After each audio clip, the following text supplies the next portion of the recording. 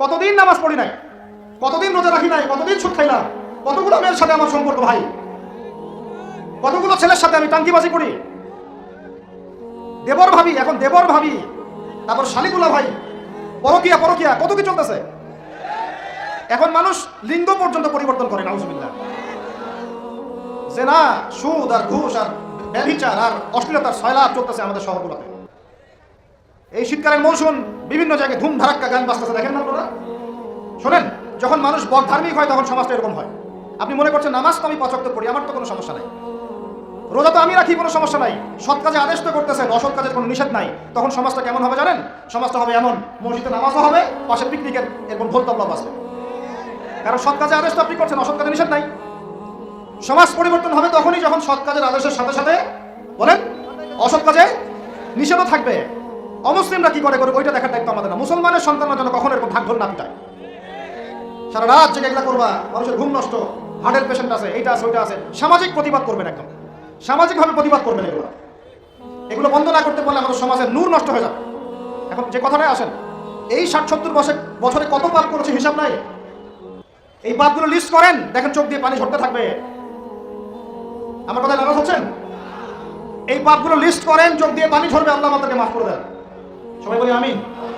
কত কবিরা গুনাহ হয়েছে, কত সগীরা। তবে সন্তুষ্টির কথা এটাই, যদি এটা উপলব্ধি হয় যে না ভুল হয়ে গেছে, আপনি ওযু করে আসেন, 2 রাকাত নামাজ পড়েন, আল্লাহর কাছে ইস্তিগফার করেন, বলেন আস্তাগফিরুল্লাহ আল্লাযী লা ইলাহা ইল্লা হুয়াল হাইয়ুল কাইয়্যুম ওয়া আতুবু ইলাইহি। আল্লাহ পাক এক মুহূর্তে আপনার সব পাপ তো মাফ করে দিবেনই, সব গুনাহকে নেকি দিয়ে পরিবর্তন করে দিবেন ইনশাআল্লাহ। এই বসো তোমরা, সেলফি বন্ধ করো। এই ছেলে বসেন। কথা একটা বলে বক্তব্য শুরু করলাম, আবার ফোন বের করছেন আপনারা, ফোনগুলো পকেটে রাখেন সবাই। এখন শোনেন, সময়ের কসম বলতে আল্লাহ কি বুঝিয়েছেন ভাই? আমার সাথে বলেন। সময়ের গুরুত্ব, সময়ের, আরো আসতে বলেন, সময়ের বলে আসরি মানে সময়ের কসম, মানে সময়ের গুরুত্ব। আমাদেরকে সময়কে গুরুত্ব প্রদান করতে হবে, আল্লাহ পাক তৌফিক দান করেন। আজকে বাসায় কি করবো? হায়াতের হিসাব নিব, কি করেছি এত বছরে, আর কি কি পাপ করেছি, পাপগুলোর কথা মনে পড়লে তওবা করে ফিরে আসবো ইনশাআল্লাহ, আল্লাহ পাক তৌফিক দান করেন। আর এখন বাকি সময় যতটুকু হায়াত আমাদের বাকি আছে, আমাদের কি কর্তব্য বলেন ভাই? আমাদের কর্তব্য কি এতটুকুই যে যেভাবে জীবনযাপন করছি এইটুকুই করবো, না আমাদের আরো কোনো কর্তব্য আছে? কথা কি বোঝা যায় না যায়? আমাদের কর্তব্য কি বলেন? 1 নাম্বার, আমরা নিজেরা আগে আল্লাহ পাকের কোরআন এবং নবীর সুন্নতের উপর আমল করবো ইনশাআল্লাহ, রাজি আছি? 2, আমাদের পরিবারকে এর উপরে প্রতিষ্ঠা করবো ইনশাআল্লাহ, রাজি আছি? 3, আমাদের সন্তানদেরকে কোরআন সুন্নাহ অনুযায়ী বড় করবো ইনশাআল্লাহ, রাজি আছি? 4, আমাদের অর্থনীতি হবে হালাল কোরআন সুন্নাহ ভিত্তিক, রাজি আছি? 5, আমাদের শিক্ষা হবে কোরআন সুন্নাহ ভিত্তিক, রাজি আছেন? আমাদের সামাজিক যে সিস্টেম এটা হবে কোরআন সুন্নাহ ভিত্তিক, রাজি আছেন? এর উপরে আমি গেলাম না। সমাজ পরিবর্তন হলে উপরটা এমনি পরিবর্তন হয়ে যাবে ইনশাআল্লাহ, অটোমেটিক্যালি। বলে আসরি, সময়ের কসম। আরেকটা বিষয়, সময়ের কসম বলতে আল্লাহ পাক এটাও বুঝিয়েছেন, একটু অতীতের দিকে তাকায় দেখেন। কোন দিকে? অতীতের দিকে, পাস্টের দিকে তাকান, অতীতের দিকে তাকান। যুগ যুগ ধরে একটা সুন্নতের দিকে আপনি তাকান, যে পৃথিবীর শুরু থেকে কিয়ামত পর্যন্ত আল্লাহ পাকের একটা সুন্নত আছে। আল্লাহর সুন্নত কি? আল্লাহর সুন্নত এটা, প্রত্যেক যুগে যুগে যে বা যারাই আল্লাহর বিধান মেনে চলেছে, আল্লাহ পাক তাদেরকে দুনিয়াতেও সমৃদ্ধি দিয়েছেন, পরকালেও জান্নাত দিয়েছেন, সুবহানাল্লাহ। আর দুনিয়াতে প্রত্যেক যুগে যুগে যে বা যারাই আল্লাহর বিধান মানে নাই, রাসূলের বিধান মানে নাই, আল্লাহ দুনিয়াতে লাঞ্ছিত করেছেন, পরকালে জাহান্নাম দিয়েছেন। বলেন নাউজুবিল্লাহ। আমার কথা বুঝতে পারলেন ভাই? আরো একবার রিপিট করছি, আল্লাহর সুন্নত কি? আল্লাহর সুন্নত হচ্ছে প্রত্যেক যুগে যুগে যে বা যারা এবং তার রাসূলের বিধান মেনে চলেছে, আল্লাহ দুনিয়াতেও সুখী করেছেন, পরকালেও জান্নাত দিয়েছেন। প্রত্যেক যুগে যুগে যে বা যারাই দুনিয়াতে আল্লাহ এবং তার রাসূলের বিধান মেনে চলে নাই, দুনিয়াতেও লাঞ্ছনা, পরকালেও বলেন লাঞ্ছনা। এখন একটা এক্সাম্পল দেই, নূহ আলাইহিস সালামের যুগ দেখেন, যারা আল্লাহর বিধান মেনেছে আল্লাহ নাজাত দিয়েছেন, মানে নাই ডুবিয়ে মেরেছেন, ঠিক আছে কথা? মূসার যুগ দেখেন আলাইহিস সালাম, আল্লাহর বিধান মেনেছে, বনু ইসরাঈলকে নাজাত দিয়েছেন, মানে নাই ফিরআউনকে ডুবায় মেরেছেন। দেখেন আপনি শুআয়বের কওমকে দেখেন, শুআয়ব আলাইহিস সালামের কওম, কওমে মাদিয়ান, আল্লাহর বিধান মেনেছে, যারা আল্লাহ পাক নাজাত দিয়েছেন, মানে নাই ভূমিকম্প করে ধ্বংস করেছে। কওমে লূত, কিছু মানুষ বিধান মেনেছে, আল্লাহ নাজাত দিয়েছেন, মানে নাই আল্লাহ রাব্বুল আলামিন লূত আলাইহিস সালামের কওমকে একদম আসমানে উঠিয়ে পাথর নিক্ষেপ করে খেতলা করে আবার উল্টা দিকে দাফন করে দিয়েছেন। নাউজুবিল্লাহ। এদের পাপ ছিল সমকামী, ছিল সমকামী, যে সমকামিতা এখন ছড়িয়ে পড়ছে আপনাদের মধ্যে। নাউজুবিল্লাহ। আল্লাহ পাক আমাদেরকে হেফাজত করেন। একইভাবে নবী সাল্লাল্লাহু আলাইহি ওয়াসাল্লামের যুগ তাকান, এই যে আবু জাহেল, আবু লাহাব, ওতবা, শাইবা, রাবিআ, এরা আল্লাহর বিধান মানে নাই, আল্লাহ ধ্বংস করেছেন। আবু বকর, ওমর, ওসমান, আলী রাদিয়াল্লাহু আনহু আজমাইন, তারা মেনেছেন, আল্লাহ দুনিয়াতে সমৃদ্ধি দিয়েছেন, পরকালে জান্নাত। বুঝতে পারলাম কি ভাই? বলে আসরি মানে কি বুঝতে পারলাম? আল্লাহ পাক এই সময়ের কসম করে বলছেন, হে মানুষ শুনো, ইন্নাল ইনসানা লাফি খুসর, সমস্ত মানুষই ক্ষতির মধ্যে আছে। বলেন নাউজুবিল্লাহ। এখানে আল্লাহ পাক একদম আমভাবে সবাইকে বলছেন, সবাই ক্ষতির মধ্যে আছে। মানুষের ক্ষতি কয় প্রকার? আমার সাথে বলেন, মানুষের ক্ষতি দুই প্রকার। কয় প্রকার? মানুষের ক্ষতি কয় প্রকার? এক, ইহকালীন ক্ষতি। দুই, পরকালীন ক্ষতি। এক, ইহকালীন ক্ষতি। দুই, পরকালীন ক্ষতি। ইহকালীন ক্ষতি কি? ইহকালীন ক্ষতি হচ্ছে সূরাতুল রুমের এই আয়াতটা। আল্লাহ পাক বলছেন, বা'দা আউযু বিল্লাহি মিনাশ শাইতানির রাজীম, যাহারাল ফাসাদু ফিল বাররি ওয়াল বাহরি বিমা কাসাবাত আইদিন নাস। আল্লাহ পাক বলছেন, জলে মানে পানিতে, এবং স্থলে মানে এই যে জমিনে, জলে এবং স্থলে যত বিপর্যয়, অরাজকতা, এই যে আপনারা দেখছেন ফাসাদ, ফিতনা যে ছড়িয়ে পড়ছে, এগুলো মানুষের হাতের কামাই। মানুষের হাতের কামাই। বনভূমি উজাড় করেছে কে? জিন না মানুষ? বলেন। এই পরিবেশ নষ্ট করেছে কে? জিন না মানুষ? বলেন। খাবারে ভেজাল দিয়েছে কে? জিন না মানুষ? অর্থনীতির মধ্যে সুদকে ঢুকিয়েছে জিন না মানুষ? এই বেপরদামি জেনা মাদককে ছড়িয়েছে জিন না মানুষ? নামাজ কালাম ছেড়ে দিয়ে পাবজি ফ্রি ফায়ার নেকে পড়ে আছে জিন না মানুষ? বলেন, জিন না মানুষ? আল্লাহর বিধান বাদ দিয়ে শয়তানের বিধান চালু করেছে কে? জিন না মানুষ? যাহারাল ফাসাদু ফিল বাররি ওয়াল বাহরি বিমা কাসাবাত আইদিন নাস। জলে স্থলে যত বিপর্যয়, অরাজকতা, সমস্যা, এগুলো মানুষের হাতের কামাই। বলি নাউজুবিল্লাহ।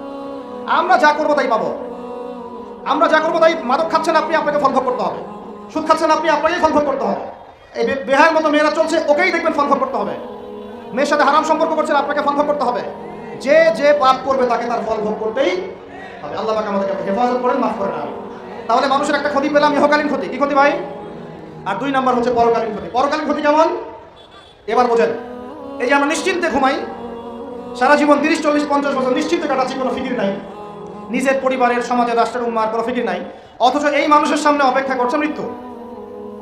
জি, আজকে থেকে 100 বছর পরে আমাদের মধ্যে কেউ থাকবে না পৃথিবীতে, এটাই সত্য।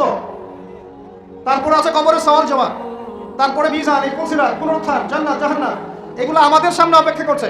আর সেই মানুষ নিশ্চিন্তে বসে বসে মেয়ের সাথে টাঙ্গি মারে। সেই মানুষ বাইক নিয়ে একটা মেয়েকে নিয়ে ঘুরছে।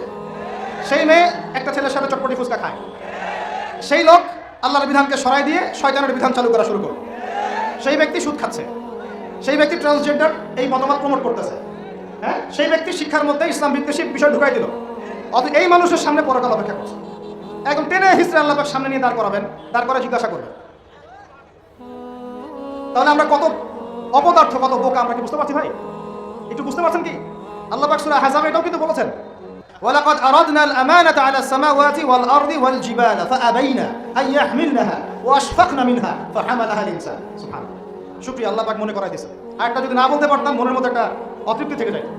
আল্লাহুম্মা লা ইলমা লানা ইল্লা মা আল্লামতানা ইন্নাকা আনতাল আলিমুল হাকীম। আলহামদুলিল্লাহ।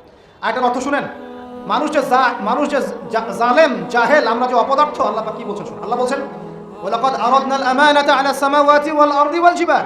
আমি ইসলামের এই আমানত, শরিয়াত, কোরআন হাদিসের এই যে আমানতটা, এটা আসমান সমূহকে দিতে চেয়েছিলাম। তোমরা কি নিবা? আমি জমিনকে দিতে চেয়েছিলাম, তোমরা নিবা? আমি পাহাড়কে দিতে চেয়েছিলাম, আমানত কি নিবা? ফাআবাইনা, তারা বলেছে না, নিতে পারবো। ওয়া আশফাকনা মিনহা, তারা অক্ষমতা প্রদর্শন করেছে। ফাহামালাহা আল ইনসান, মানুষ সেই আমানতটা কাঁধের মধ্যে বহন করেছে। আমরা সেই আমানত কি করেছি ভাই? কাঁধে বহন করেছি। আল্লাহ পাক বলেন, ইন্নাল ইনসানা যালুমান জাহুলা, মানুষ কত জালেম, মানুষ কত জাহেল। আমাদের সামনে পরকালীন এই কঠিন জবাবদিহিতা অপেক্ষা করছে। এরপরে আমাদের জীবনযাপন পদ্ধতি দেখলে মনে হয় যে আমাদের মধ্যে আর গরু ছাগলের মতো করে পার্থক্য। কেন? গরু ছাগলের কাজ কি? খাবে, ইস্তেঞ্জা করবে আর সহবাস করবে। বাস আমাদের এখন এই তিনটা কাজ। কি খাবো, আর কোন টাইলস ফিটিং বাসায় পায়খানা করবো, আর কতগুলো বাচ্চা পয়দা করতে হবে। এর বাইরে আমাদের চিন্তা কোথায়? আচ্ছা, এবার আসেন, সময়ের কসম বুঝতে পারলেন? ইন্নাল ইনসানা লাফি খুসর বুঝতে পারলেন? আচ্ছা, আল্লাহ পাক এবার আমাদেরকে বলছেন, আচ্ছা ঠিক আছে, 4টা গুণ অর্জন করো। কয়টা ভাই? একটু বসেন, সবর করেন। আমরা অনেক লম্বা আলোচনা করবো না, আমরা বুঝতে পারছি রাত অনেক গভীর হচ্ছে, আমরা সংক্ষিপ্ত করবো ইনশাআল্লাহ। আমার সাথে বলেন, কয়টা গুণ অর্জন করবো? আল্লাহ পাক বলছেন, এই 4টা গুণ যারা অর্জন করবে তারা ওই ক্ষতি থেকে বেঁচে থাকবে ইনশাআল্লাহ। সুবহানাল্লাহ। দুনিয়াতেও তারা সফল হবে, পরকালেও সফল হবে ইনশাআল্লাহ। আল্লাহ বলছেন, ইল্লাল্লাযীনা আমানু, তারা নয় যারা এক ঈমান এনেছে, তারা ক্ষতির মধ্যে নাই, যারা ঈমান এনেছে। 2, ওয়া আমিলুস সালিহাত, সৎ আমল সম্পাদন করেছে। কি আমল? সৎ আমল। তারপরে ওয়া তাওয়াসাউ বিল হক, পরস্পরকে সত্যের উপদেশ দিয়েছে। কিসের উপদেশ? সত্যের। 4, ওয়া তাওয়াসাউ বিস সবর, এবং পরস্পরকে ধৈর্যের উপদেশ দিয়েছে। কয়টা বললাম বলেন তো ভাই? আমার সাথে বলেন। 1 নাম্বার কি? যারা, আপনারা কি হাসি তামাশা করতে আসছেন এখানে? এটা ক্লাসের মতো মনে করেন, এটা একটা ক্লাসের মতো মনে করেন। ট্রেডিশনাল ওয়াজ মাহফিল বাদ দেন, ওই সুর গল্প কেচ্চা কাহিনী বন্ধ করেন, কিছু কিছু শিখেন। 4টা গুণাবলী অর্জন করলে ক্ষতি থেকে বাঁচতে পারবো, অন্যথায় কোনো সুযোগ নাই। যত বড় ফকি হন, আলেম হন, মুহাদ্দিস হন, মুফাসসির হন, পলিটিক্যাল নেতা হন, কোনো লাভ নাই, কিচ্ছু হবে না পরকালে। একদম নাজাতের রাস্তা বন্ধ যদি 4টা গুণাবলী অর্জন না করতে পারি। কয়টা ভাই? 1 নম্বর ইল্লাল্লাযিনা আমানু, যারা ইমানদার হয়েছে। 1 নম্বর কি?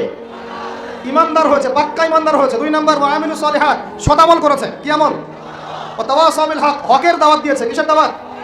4 নম্বর ওয়া তাওয়াসাউ বিস সবর, ধৈর্যের দাওয়াত দিয়েছে, ধৈর্যের উপদেশ। কিসের উপদেশ? এটা কি শুধু একজন ব্যক্তির উপরে বর্তাবে, না সবার উপর দায়িত্ব? এই সূরায় কি শুধু আলেমদেরকে উদ্দেশ্য করা হচ্ছে, শুধু মুফাসসিরদেরকে, শুধু মুহাদ্দিসদেরকে, শুধু বক্তাদেরকে, নাকি সবাইকে? এই সবাই মিলে যখন এই 4টা গুণাবলী অর্জন করবেন, দেখবেন ইনশাআল্লাহ দুনিয়াতেও বিজয় আমাদের পরকালে। ঈমান মানে কি? ঈমান অর্থ কি? বিশ্বাস। ঈমানের পিলার কয়টা? ঈমানের স্তম্ভ পিলার কয়টা? বলেন 6টা। কয়টা? আমার সাথে বলেন কয়টা? 1 নম্বর আল্লাহ বিশ্বাস। কোথায় বিশ্বাস? এক আল্লাহ বিশ্বাস, আল্লাহ ছাড়া কোনো মাবুদ নাই। এবং আল্লাহ তাওহীদে বিশ্বাস, শিরক থেকে দূরে থাকা। 2 আল্লাহ পাকের মালায়েকা ফেরেশতা মণ্ডলীতে বিশ্বাস। ফেরেশতায় বিশ্বাস করি তো ইনশাআল্লাহ? এই জায়গাটাতে ফেরেশতারা আছেন, বিশ্বাস করেন? আমাদের 2 কাঁধে ফেরেশতা আছেন, বিশ্বাস করেন? আপনি যখন আয়াতুল কুরসি পড়ে ঘুমান, তখন একজন ফেরেশতা আপনাকে পাহারা দেন, বিশ্বাস করেন? সুবহানাল্লাহ, সুবহানাল্লাহ। এরকম অগণিত অসংখ্য ফেরেশতা আছে আল্লাহ পাকের। কতগুলা? এই আরশে আজিম, এই আমরা বলি আরশে আজিম, নিচে একটা জায়গা আছে সপ্তম আসমানের উপরে, তার নাম হলো বাইতুল মামুর। কি নাম? বাইতুল। ওটা হচ্ছে একটা ফেরেশতাদের তাওয়াফ করার জায়গা। আমরা যেমন কাবা ঘরে তাওয়াফ করি না? করি না? কারা কারা করেছেন হাত তোলেন? মাশাআল্লাহ, মাশাআল্লাহ। আল্লাহ পাক আরো বেশি করার তৌফিক দান করেন। আর যারা করে নাই তাদেরকেও তৌফিক দান করেন। আল্লাহ পাক সবাইকে হজ করার তৌফিক দান করেন। শোনেন, তবে একটা কথা বলে রাখি, ওই হজ ওমরা সফরে গিয়ে, প্রসঙ্গ অন্যদিকে চলে যাচ্ছে, যেন বলতে যাচ্ছি না লম্বা করে, হজ ওমরা সফরে গিয়ে এই মোবাইল ফোনগুলো নিয়ে যাবেন না। এই বাটন ফোন নিয়ে যাবেন। এই মোবাইল ফোন হজ ওমরা সফরে নষ্ট করে ফেলেছে। এই হজ ওমরা সফরে আমরা দেখে আসলাম যে মোবাইল ফোনের কারণে মানুষ ইবাদতের যে নূর নষ্ট করে ফেলেছে। যাই হোক, ওইদিকে যাচ্ছি না, ওটা অন্য প্রসঙ্গ। যেটা বলতে চাচ্ছিলাম যে আল্লাহ পাকের অগণিত ফেরেশতা আছেন, এই ফেরেশতাদের তাওয়াফের জন্য আল্লাহ পাক একটা ঘর বানিয়েছেন, তার নাম বাইতুল মামুর। কি নাম? তাই বাইতুল মামুরে যে ফেরেশতা একবার তাওয়াফ করে, কয়বার ভাই? সে আর কিয়ামত পর্যন্ত তাওয়াফের সুযোগ পাবে না। বলেন সুবহানাল্লাহি ওয়া বিহামদিহি, সুবহানাল্লাহিল আযীম। তাহলে আপনি কি বুঝতে পারলেন আল্লাহর ফেরেশতার সংখ্যা কত? যে একবার তাওয়াফ করেছে সে কিয়ামত পর্যন্ত আর সুযোগ পাবে না। চিন্তা করা যায়। এখন ঈমানের পিলার কয়টা বললাম ভাই? 1 নম্বর কিসে বিশ্বাস? আল্লাহ বিশ্বাস করি তো নাকি? তা আল্লাহ বিশ্বাস করলে যুবকরা এখন আত্মহত্যা করে কেন? বলেন, আল্লাহ বিশ্বাস যদি করেন তাহলে রেজাল্ট খারাপ হলে আত্মহত্যা করেন কেন? আল্লাহ আপনার তাকদীর লিখেন নাই? আল্লাহ বিশ্বাস করলে আপনি চাকরি পাচ্ছেন না, হতাশ কেন? আল্লাহ যদি বিশ্বাস করবেনই, তাহলে আপনি মেয়ের পিছনে জীবন নষ্ট করছেন কেন? আল্লাহতে যদি বিশ্বাস থাকেই, তাহলে নামাজ নাই কেন? আল্লাহ যদি বিশ্বাস করেনি, আলহামদুলিল্লাহ, তাহলে যাকাত দেন না কেন? তাহলে দিনের জন্য কোনো ফিকির নাই কেন? দিন এলেম অর্জন কেন করেন না? কেন কোরআন তেলাওয়াত করা শেখেন না? কথাগুলো কি কষ্ট পাচ্ছেন? একটু পান। আমি দোয়া করি একটু যেন আপনি কষ্ট পান, এবং এই কষ্টটা যেন আপনাকে আল্লাহর দিকে নিয়ে আসে। এই কষ্টটাই যেন আপনাকে আল্লাহর দিকে নিয়ে আসে। আল্লাহ তৌফিক দান করেন, আমিন। সবসময় নরম ওয়াজে কাজ হয় না, সবসময় নরম কথা বলে কাজ হয় না। আমাদের কাছে আবু বকর রাদিয়াল্লাহু আনহুর সুন্নতও আছে, ওমর ইবনে খাত্তাবের সুন্নতও আছে। আল্লাহ পাক আমাদেরকে তৌফিক দান করেন, আমিন। তাহলে ভাই আল্লাহ বিশ্বাস করবো তো ইনশাআল্লাহ? তাহলে এক কথায় আল্লাহর কোনো হুকুম ছাড়া যাবে না। রাজি? আল্লাহ পাকের কোনো হুকুম আহকাম ছাড়বো না ইনশাআল্লাহ। রাজি আছেন? আল্লাহ তুমি কবুল করো, আমিন। 2 আল্লাহ পাকের ফেরেশতা মণ্ডলীতে বিশ্বাস করি তো ইনশাআল্লাহ? ফেরেশতায় বিশ্বাস করলে গোপন পাপ কিভাবে করতে পারি? ফেরেশতায় বিশ্বাস করলে বাথরুমে পাপ করেন কিভাবে? ফোনের মধ্যে পাপ করেন কিভাবে? গোপনে মেয়ের সাথে পাপ করেন কিভাবে? গোপনে পরকীয়া করেন কিভাবে? যদি আল্লাহকে আমরা আল্লাহ ফেরেশতার বিশ্বাস থাকেই, তাহলে আমাদের এই ফেরেশতারা নিচ্ছে না সবকিছু? নিচ্ছে না? আল্লাহ পাক আমাদেরকে বিশ্বাস করার মতো করার তৌফিক দান করেন। হাদিসে জিবরিল সহিহ মুসলিমে আছে এবং মিশকাতে আছে। হাদিসে জিবরিলের মধ্যে নবী সাল্লাল্লাহু আলাইহি ওয়াসাল্লাম বলেছেন, আন তা'বুদাল্লাহা কাআন্নাকা তারাহ ফাইন লাম তাকুন তারাহু ফাইন্নাহু ইয়ারাক। শোনো মুসলমানরা, তুমি এমন ভাবে আল্লাহর ইবাদত করো যেন তুমি আল্লাহকে দেখছো, আর যদি তুমি আল্লাহকে দেখতে না পারো, তাহলে জেনে রাখবা আল্লাহ তোমাকে দেখছেন। এই বিশ্বাসটার নাম হলো ইহসান। কি নাম?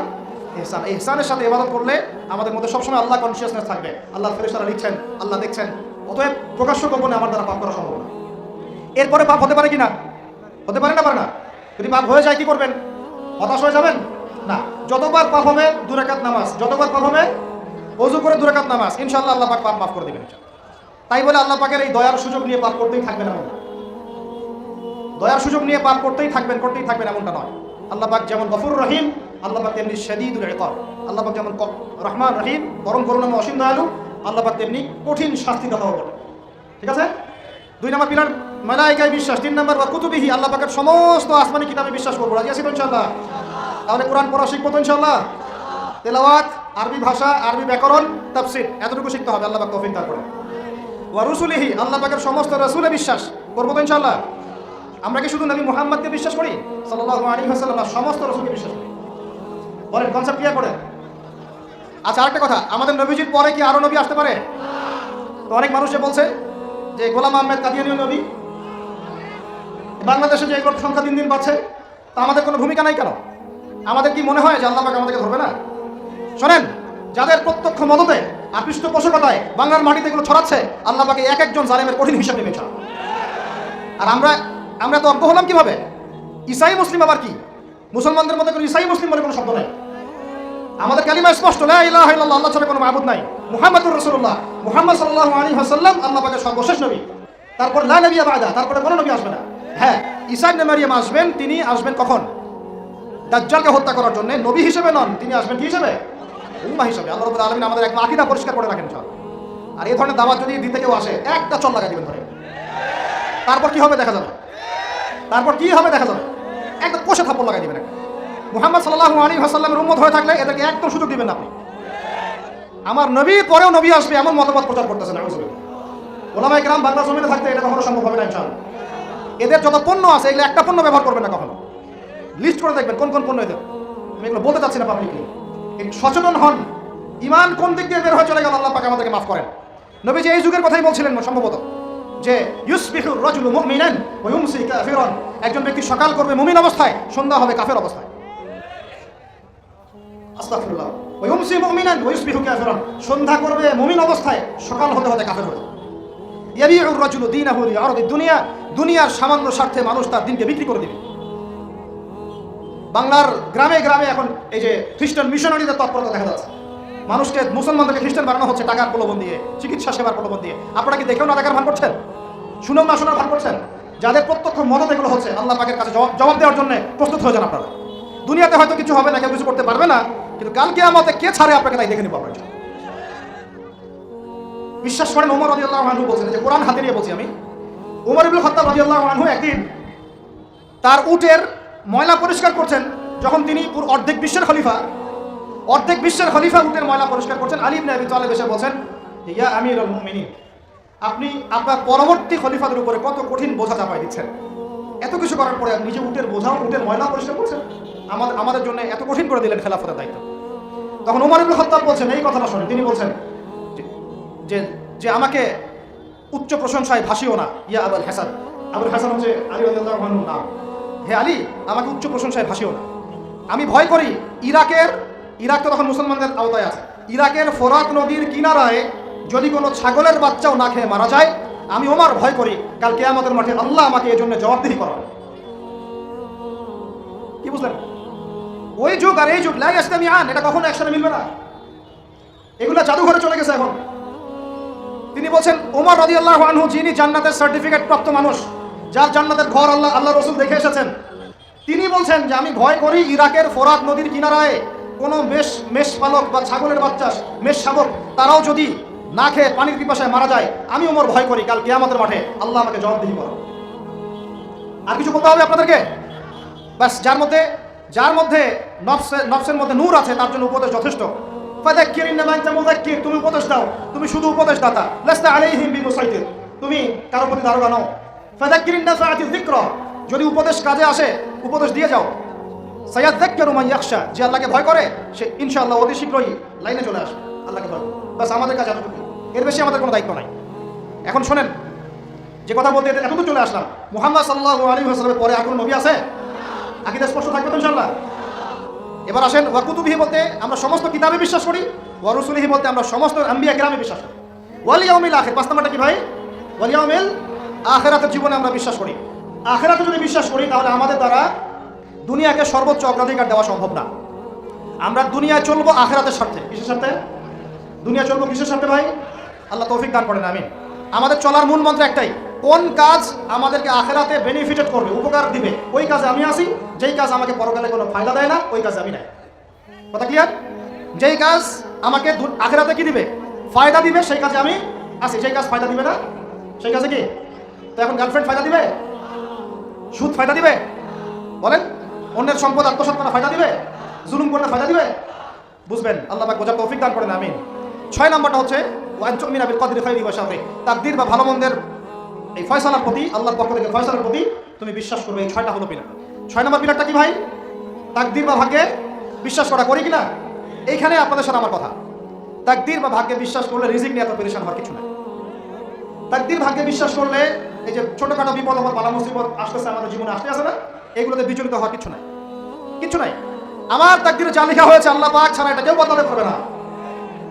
আপনার আমার তাকদীরে যদি লেখা থাকে যে আমাদের হাতে আল্লাহর জমিনে আল্লাহর কালিমার পতাকা প্রতিষ্ঠিত হবেই, কোনো শক্তি ঠেকাতে পারবে না। আর যদি না লেখা থাকে তাহলে সারা দুনিয়া মিলেও আমার কোনো উপকার করতে পারবে না। আমরা আল্লাহর প্রতি পূর্ণ তাওয়াক্কুল করি, পূর্ণ বিশ্বাস রাখি ইনশাআল্লাহ। আর এটাও বিশ্বাস করি ইনশাআল্লাহ তাআলা আল্লাহ পাক আমাদের হাতে আল্লাহর জমিনে দিন কায়েম করাবেন ইনশাআল্লাহ।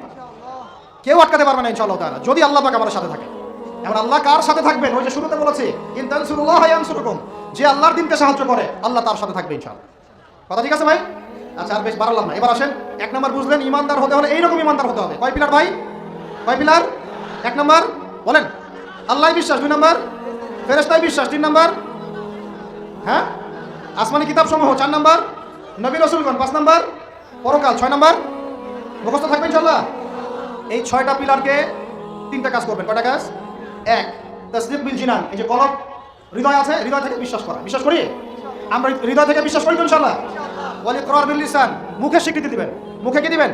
স্বীকৃতি দিচ্ছি কিনা। আর 3 নাম্বার হচ্ছে বলে আমালু বিল আরকান, কাজে প্রমাণ করা, কাজে বাস্তবায়ন। এখন যদি কেউ বলে আমি ইমানদার, নামাজ পড়ে না, কাজে বাস্তবায়ন হলো? ইমান আমার খুব পাকাপোক্ত, যাকাত দেই না, হবে? বছর বছর হজ উমরা করেন, এদিকে মানুষের সম্পদ আত্মসাৎ করতেছেন, হবে? ব্যাস, এই কথা ক্লিয়ার বোঝা যাচ্ছে কি? আল্লাহ পাক আমাদের সবাইকে তৌফিক দান করেন। এই ইমান যদি থাকে ইনশাআল্লাহ দুনিয়া সফল, পরকালে সফল। 2 ওয়া আমিলুস সলিহাত, আমলে সলেহ মানে কি? এক কথায় বোঝেন, এক কথায় বোঝেন। আমলে সলেহ মানে হচ্ছে আল্লাহ পাক কোরআনে এবং তার রাসূল হাদিসে, আমার সাথে বলেন, আল্লাহ পাক কোরআনে তার রাসূল হাদিসে যত নেক আমল করতে বলেছেন সব নেক আমল করা হলো আমলে সলেহ। ক্লিয়ার? কি বললাম বলেন তো আমার সাথে? আল্লাহ পাক কোরআনুল কারীমে তার রাসূল হাদিসের মধ্যে যত নেক কাজ করতে বলেছেন সেগুলো করার নাম, যেগুলো করার নাম আমলে সলেহ। যেমন নামাজ, যেমন সওম, যেমন সাদাকা, যেমন রমজানে সওম রাখা, হজ করা, উমরা করা, পিতামাতার সাথে ভালো ব্যবহার, এমনকি মুসলিম ভাইয়ের সাথে হাসি মুখে কথা বলা, মুসাফা করা, হাসি মুখে কথা বলা, এগুলো থেকে শুরু করে যত উচ্চ পর্যায় পর্যন্ত আছে, একদম আপনার চেহারা দাড়ি থেকে নিয়ে জিহাদের ময়দান পর্যন্ত সবকিছু কি আমলে সলেহ। ক্লিয়ার কথা? এবার আরেকটা বিষয় বোঝেন, আমলে সলেহ এটা হচ্ছে একটা পিঠ। পয়সার যেমন 2 পিঠ থাকে, এটা আমলে সলেহের এক পিঠ। আরেক পিঠে কি আছে? আরেক পিঠে আছে আল্লাহ পাক কোরআনে তার রাসূল হাদিসে যত মন্দ কাজ থেকে দূরে থাকতে বলেছেন সেগুলো থেকে দূরে থাকার নাম হলো আমলে সলেহ। বুঝতে পারি নাই? বুঝতে পারি নাই? একটা পিঠ তো চিনলেন, ভালো কাজগুলো করা। আরেকটা পিঠ চিনেন, আল্লাহ পাক কোরআনে তার রাসূল হাদিসে যত খারাপ কাজ থেকে দূরে থাকতে বলেছেন, দূরে থাকার নাম, আরো জোরে বলেন, দূরে থাকার নাম। এই যে আপনি সুদ খাচ্ছেন না, এটাই আমলে সলেহ। এই যে আপনি শেভ করছেন না, এটা আমলে সলেহ। এই যে আপনি অন্যের সম্পদ আত্মসাৎ করছেন না, এটা আমলে সলেহ। বেপরদায় চলছেন না, এটাই আমলে সলেহ। আল্লাহ পাক গীবত করতে নিষেধ করেছেন, করছেন না, এটা আমলে সলেহ। আল্লাহ পাক এতিমের সম্পদ আত্মসাৎ করতে নিষেধ করেছেন, আপনি যে করছেন না, এটা আমলে সলেহ। আল্লাহ